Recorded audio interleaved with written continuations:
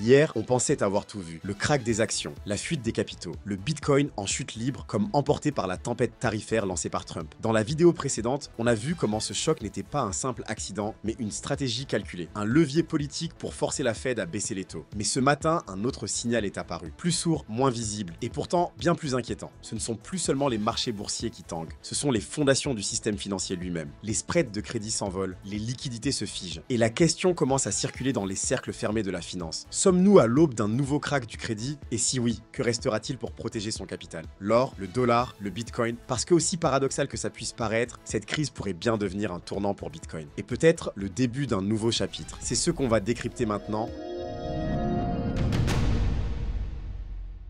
Tout commence par un chiffre, ou plutôt un écart qui s'élargit de jour en jour sans que le grand public ne comprenne ce qui est en train de se produire. Ce chiffre, c'est le credit spread, la différence entre ce que les entreprises paient pour emprunter et ce que paie l'État américain. Dit comme ça a l'air technique, presque anodin. Mais dans les salles de marché, ce simple écart est surveillé comme un électrocardiogramme, parce que lorsqu'il explose, ça veut dire une chose, la confiance s'effondre. Et c'est exactement ce qu'on voit depuis quelques jours. Les obligations d'entreprise sont désertées, les investisseurs fuient et se replient en masse sur les bons du Trésor américain. Pourquoi? Parce que ces derniers sont vus comme l'ultime refuge, le rempart contre l'incertitude, le seul endroit où, en théorie, l'on ne perd jamais tout. Résultat, les taux des bons du Trésor s'effondrent, leur prix grimpe en flèche, et inversement, les obligations d'entreprise deviennent toxiques. C'est un mécanisme simple mais implacable. Plus les investisseurs paniquent, plus le crédit devient cher. Et plus le crédit devient cher, plus les entreprises risquent de faire faillite. Et plus elles risquent de faire faillite, plus les investisseurs paniquent. Un cercle vicieux, le genre de spirale qui, en 2 semaines, a déjà suffi à faire vaciller plusieurs marchés émergents et qui commence à s'étendre aux grandes capitales financières. Ce qui inquiète, ce n'est pas une entreprise en particulier, c'est le système. Parce que dans une économie moderne, tout repose sur le crédit. Les salaires, les investissements, la croissance. Et si le crédit se bloque, tout peut s'arrêter. Ce qui se passe en ce moment rappelle un mauvais souvenir, une période qu'on pensait révolue, celle de mars 2023. À l'époque, plusieurs banques régionales américaines avaient implosé les unes après les autres. Silicon Valley Bank, Signature, First Republic, toutes victimes d'un phénomène identique, une panique discrète mais brutale sur les marchés du crédit. Et aujourd'hui, les mêmes symptômes réapparaissent, mais à une échelle bien plus large. Les spreads explosent, la liquidité se raréfie. Et surtout, les investisseurs institutionnels ne prennent plus de risques. Ils ne financent plus les entreprises. Ils ne soutiennent plus les projets tech, ils retirent leur argent des fonds de dette privée et réallouent vers les actifs les plus défensifs possibles, des bons du trésor, oui, mais aussi du cash, beaucoup de cash, car dans leur modèle, ce n'est pas le rendement qui compte, c'est la capacité à tenir, à survivre à une tempête. Et cette tempête, elle est peut-être en train de s'amorcer. Selon Adam Kabzi, analyste macro très suivi à New York, le niveau de stress observé actuellement dans le crédit est comparable à celui de 2008. Pas 2023, pas 2020, 2008, et ce n'est pas tout. Alex Kruger, un autre économiste respecté, évoque un risque imminent,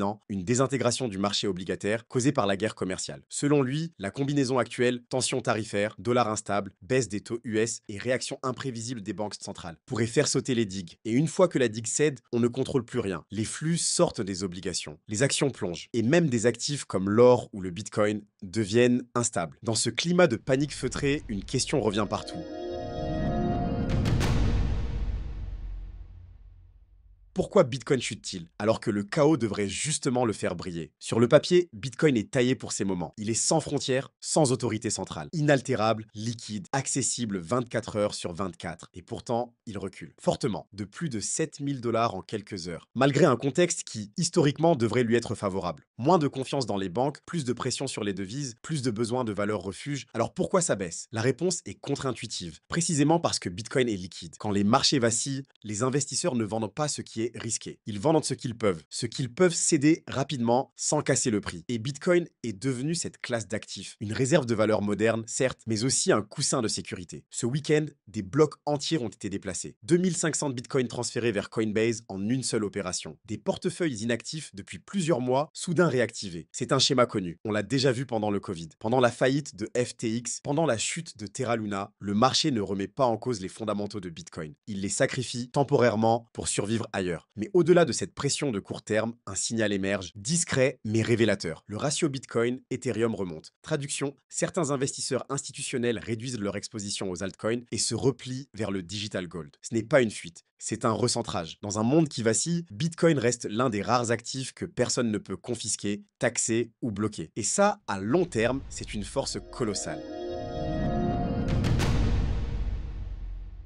Jusqu'ici, la réserve fédérale semblait inébranlable. Discours après discours, Jérôme Powell répétait la même ligne. Pas de précipitation, pas d'émotion, on attend les chiffres. Mais ces derniers jours, les chiffres ont changé. Et surtout, l'atmosphère. Depuis que les nouveaux tarifs douaniers sont en vigueur, le marché obligataire a commencé à craquer. Les spreads de crédit s'élargissent à une vitesse inquiétante. Les rendements des obligations d'entreprise s'envolent pendant que les taux sur les bons du trésor, eux, chutent. Un signal, oui, un signal fort. Le marché se replie vers ce qu'il considère comme le dernier refuge, l'État américain. Mais même ce refuge commence à trembler. Le DXY, l'indice du dollar, a perdu plus de 2 points en 48 heures. Un effondrement rare, surtout en pleine montée des tensions. Et c'est là que tout se joue. Car si le dollar n'est plus perçu comme inattaquable, alors l'Amérique perd une partie de son pouvoir. Et la Fed se retrouve face à un dilemme. Soit elle tient bon au risque de déclencher un crédit crunch, soit elle plie en urgence pour éviter un effondrement. D'après plusieurs fuites relayées à Washington, une réunion non programmée aurait été ajoutée à l'agenda des gouverneurs. Officiellement, rien n'est confirmé, mais les observateurs les plus aguerris parlent d'un basculement, un moment où l'indépendance de la Fed pourrait céder sous la pression politique. Et cette pression, elle vient d'un seul homme, Donald Trump. Depuis plusieurs jours, il multiplie les messages directs. Il interpelle Powell, il exige une baisse des taux et il menace, à demi-mot, de reprendre le contrôle s'il revient à la Maison-Blanche. C'est brutal, mais efficace, car en provoquant une mini-crise, Trump accélère la décision. Il veut forcer la Fed à agir avant même que l'économie ne casse. Il pousse les marchés à anticiper une relance monétaire et il prépare le terrain pour une reprise explosive. Mais tout dépend d'une chose, la réaction de la Fed dans les prochaines 48 heures. Un mot, un geste, un communiqué, et tout peut basculer.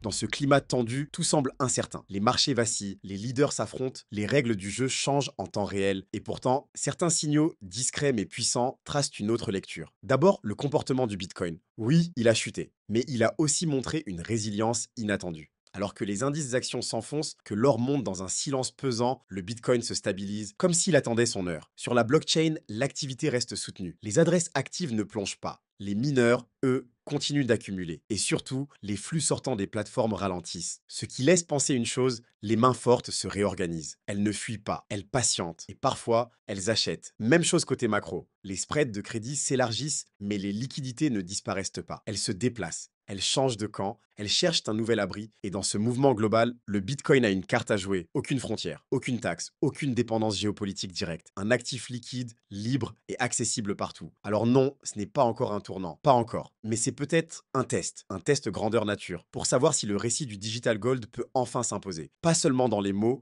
mais dans les actes. Et pendant que tout le monde regarde les tweets, les annonces officielles, les crises tarifaires, les grandes manœuvres, elles se jouent ailleurs, sur les carnets d'ordre, dans les arbitrages des hedge funds et dans la discrétion des portefeuilles froids. Parce que si la Fed plie, si la monnaie se réajuste, si les États-Unis lâchent du lest pour sauver la machine, alors tout pourrait repartir. Et cette fois, le Bitcoin pourrait bien être en tête du mouvement. Mais attention, rien n'est de garanti. Ce n'est ni le moment de paniquer, ni celui de s'exciter. C'est le moment de rester lucide, observer les flux, comprendre les réactions et surtout, garder du recul. Parce que dans le chaos, il y a des pièges. Mais il y a aussi des opportunités. Et parfois, elles se trouvent exactement là où tout le monde regarde ailleurs. On vit un moment charnière. Pas seulement pour les cryptos, mais pour tout le système économique mondial. Les prochaines 48 heures seront décisives. Une annonce de la Fed, un tweet de Trump, un mouvement sur le dollar, et tout peut basculer. Alors gardez votre calme, restez informés. Et si vous voulez que je vous montre en détail comment je m'adapte à cette situation, dites-le moi en commentaire. Et comme toujours, ceci n'est pas un conseil en investissement. Faites vos propres recherches et on se retrouve demain.